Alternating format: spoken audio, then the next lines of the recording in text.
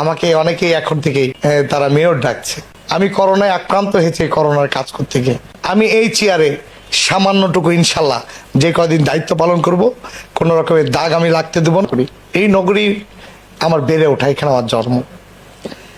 এই নগরীর সবার সাথে আমার সম্পৃক্ততা রয়েছে। এই নগরীবাসী আমাকে অনেক স্নেহ ভালোবাসা দেয়।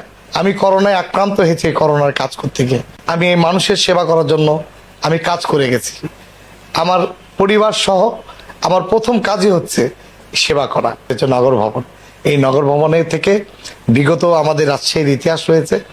এই দলে এখন যেমন প্রশাসক নিয়োগ হচ্ছে, ঠিক একইভাবে আমাদের সাবেক মেয়র, বর্তমান আমাদের মন্ত্রী, ভূমিমন্ত্রী জনাব মিজানুর রহমান মিনু মামা হয়ে কিন্তু তিনি পরবর্তী 17 বছরে মেয়র হয়েছে।